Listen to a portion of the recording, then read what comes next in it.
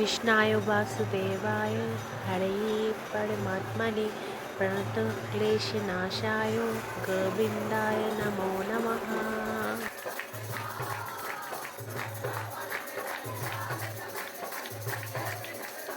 আজ ছিল জন্মাষ্টমী, তাই মেয়েকে নিয়ে একটু ঘুরতে বেরিয়েছিলাম।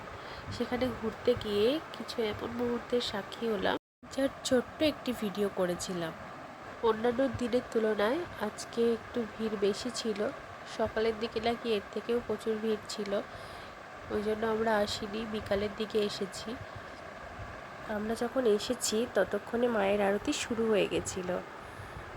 আমরা ভেতরে ঢুকতে দেখলাম কত মায়েরা তাদের ছোট বাচ্চাদের কৃষ্ণ সাজিয়ে এনেছে।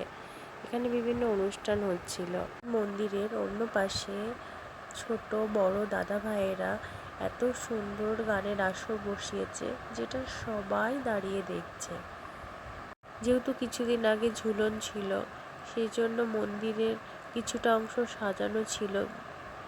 আবার জন্মাষ্টমী উপলক্ষে আরও অন্যরকম করে সাজানো হয়েছে, যেটা সবাই দাঁড়িয়ে দেখছে, ছবি তুলছে।